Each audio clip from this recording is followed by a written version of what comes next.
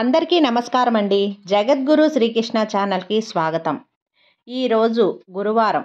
ఈ పరమ పవిత్రమైన రోజున దత్తాత్రేయ స్వామి యొక్క కథలను విందాం. భక్తి శ్రద్ధలతో ఆలకించండి. పూర్వం జంబుకాసురుడు అనే రాక్షసుడు ఉండేవాడు. అతడు చాలా బలవంతుడు. అతడు దేవతలపై దాడి చేసి వారిని యుద్ధంలో ఓడించాడు. దేవతలను స్వర్గం నుంచి వెళ్ళగొట్టాడు. అప్పుడు దేవతలు తమ గురువైన బృహస్పతి వద్దకు వచ్చి రాక్షసులను ఓడించే ఉపాయం చెప్పమని అడిగారు. అప్పుడు బృహస్పతి వారిని దత్తాత్రేయుని శరణు కోరమని చెప్పారు. దేవతలు దత్తాత్రేయుని వద్దకు వచ్చి జరిగిన విషయం చెప్పి తమను రక్షించమని ప్రార్థించారు. అప్పుడు దత్తాత్రేయుడు తాను లక్ష్మి అనే స్త్రీకి దాసుడనని, నిత్యం మద్యపానం చేస్తానని చెప్పాడు.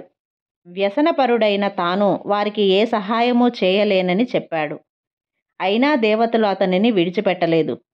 అప్పుడు దత్తాత్రేయుడు దానవులను తన వద్దకు తీసుకురమ్మని చెప్పాడు.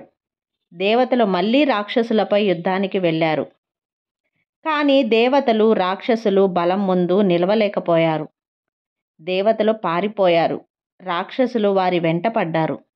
అలా పారిపోయిన దేవతలు దత్తాత్రేయుని వద్దకు చేరుకున్నారు. దేవతలను వెంట తరుముతూ వచ్చిన రాక్షసులు దత్తాత్రేయుని పక్కన ఉన్న లక్ష్మిని చూసి ఆమెను మోహించారు. వారు దేవతల సంగతి మరిచిపోయి లక్ష్మిని పల్లకిలో మోసుకుపోయారు. అది చూసి నవ్విన దత్తాత్రేయుడు దేవతలతో ఇలా అన్నాడు: దేవతలారా, లక్ష్మిని ఎక్కడ ఉంచినా ఆమె మేలు చేస్తుంది, కానీ శిరస్సుపై ఉంచుకున్న వారిని నాశనం చేస్తుంది. కాబట్టి మీరు ఇప్పుడే వెళ్ళి దానవులతో యుద్ధం చేయండి, తప్పక విజయం పొందుతారు అని అన్నాడు. దేవతలు రాక్షసులతో యుద్ధం చేశారు. లక్ష్మి దానవుల వద్ద నుండి దత్తాత్రేయుని వద్దకు వచ్చి చేరింది. దేవతలు రాక్షసులను జయించారు. దేవతలు దత్తాత్రేయుని స్తుతించి స్వర్గానికి వెళ్ళారు. ఇంద్రుడు మళ్ళీ స్వర్గాన్ని పొందాడు. అలా దేవతలు దత్తాత్రేయుని సహాయంతో రాక్షసులను జయించి స్వర్గానికి చేరుకున్నారు. ఇది దత్తాత్రేయుడు దేవతలకు సాయం చేసిన వృత్తాంతం. వరుణా నదీ తీరాన అరుణాస్పదం అనే పేరుగల పట్టణం ఉంది. దానిలో ప్రవరుడు అనే బ్రాహ్మణుడు నివసిస్తున్నాడు.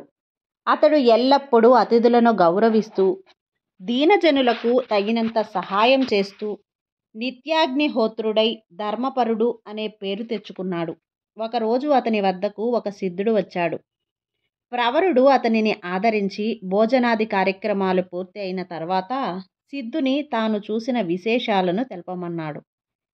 సిద్ధుడు ప్రపంచంలోని అనేక వింతలు, విశేషాలు చెప్పగా ప్రవరుడు కూడా తనకు ఈ విధంగా పర్యటన చేయాలని ఉన్నది అని చెప్పాడు. అప్పుడు సిద్ధుడు అతనికి ఒక పాదలేపనం ఇచ్చి మంత్రాన్ని తెలిపాడు. దానిని పాదాలకు రాసుకుంటే గంటకు దాదాపు 1000 యోజనాల దూరం ప్రయాణించగలవని చెప్పాడు. ప్రవరుడు ఆ లేపనాన్ని పాదాలకు రాసుకొని హిమాలయాలకు వెళ్ళాడు. ఆ పర్వతాల సౌందర్యాన్ని చూస్తూ ఆ కొండలపై తిరిగాడు.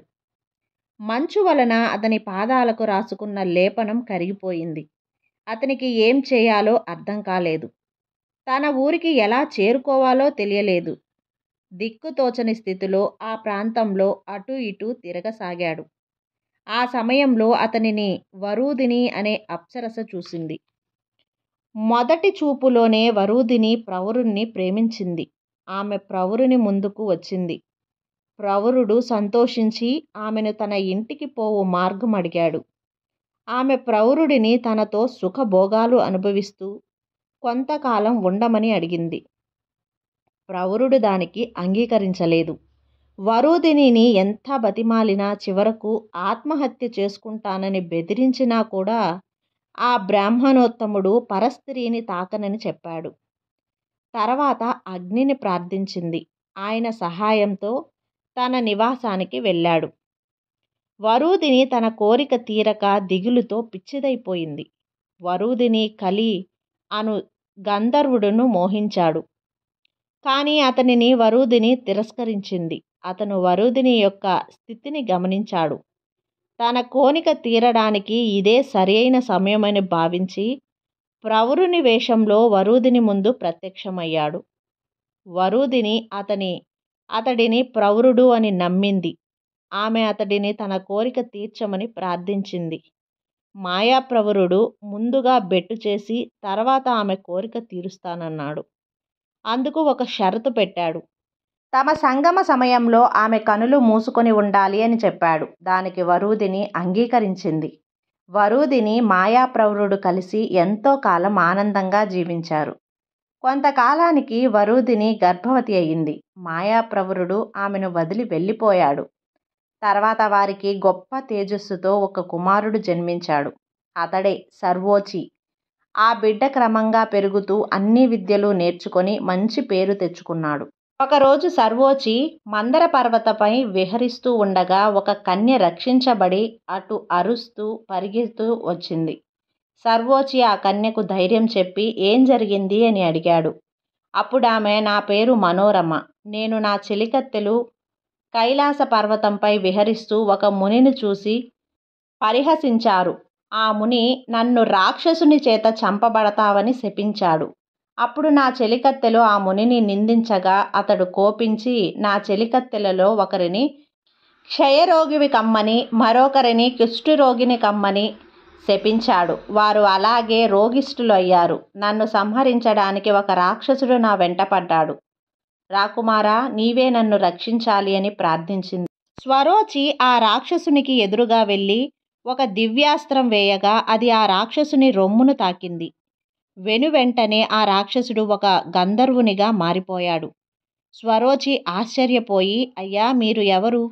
ఇక్కడ ఎందుకు తిరుగుతున్నారు అని ప్రశ్నించాడు. అప్పుడు ఆ గంధర్వుడు, నా పేరు ఇందిరావక్షకుడు.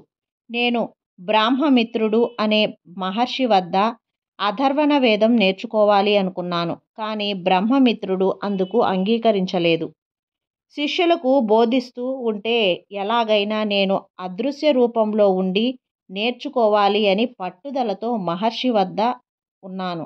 అది తెలిసిన బ్రహ్మమిత్రుడు నన్ను రాక్షసుడిగా మారిపోమ్మని శపించాడు. నేను ఆయన పాదాలపై పడి వేడుకొనగా రాక్షసుడిగా మారిన నేను నా కుమార్తెను తినబోతుండగా ఒక యువకుడు వేసిన దివ్యాస్త్రం వలన నాకు శాప విముక్తి కలుగుతుంది అని శాప విమోచనం చెప్పాడు.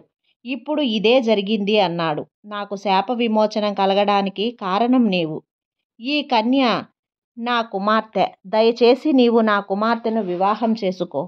నాకు తెలిసిన ఆయుర్వేద శాస్త్రాన్ని నీకు బోధిస్తాను అన్నాడు. స్వరోచి అందుకు అంగీకరించి మనోరమను వివాహం చేసుకుంటాను అంటాడు. ఇందిరావక్షకుడు స్వరోచికి ఆయుర్వేద శాస్త్రం, అథర్వణ శాస్త్రం కూడా బోధించాడు. ఇందులో అక్కడికి వచ్చిన మనోరమకు తండ్రి తన శాప విమోచనం తెలిపి స్వరోచిని వివాహం చేసుకోమని చెప్పాడు. అప్పుడు మనోరమ, తండ్రి, నా చెలికత్తెలు శాప కారణంగా రోగస్థులై ఉండగా నేను వివాహం చేసుకోలేను అంది. అప్పుడు స్వరోచి ఇందిరావక్షకుని నుండి నేర్చుకున్న ఆయుర్వేద శాస్త్ర సహాయంతో మనోరమ చెలికత్తెలను ఆరోగ్యవంతులుగా చేశాడు. మనోరమను ఆమె అంగీకారంతో ఆమె చెలికత్తెలు విభావరి, కళావతిలను కూడా వివాహమాడాడు. విభావరి స్వరోచికి అన్ని రకాల జంతువుల భాషను తెలిపింది. పద్మిని విద్య వలన నవనిధులు స్వరోచి అధీనంలోకి వచ్చాయి. స్వరోచి 3 భార్యలతో ఆనందంగా జీవించసాగాడు. ఇదే మార్కండేయ పురాణంలోని దత్తాత్రేయుని కథలు. ఈ కథలు మీకు నచ్చితే లైక్ చేసి సబ్స్క్రైబ్ చేయండి. అలాగే మరికొంతమంది భక్తులకు షేర్ చేయండి. సర్వేజన సుఖినో భవంతు. జై సాయిరాం.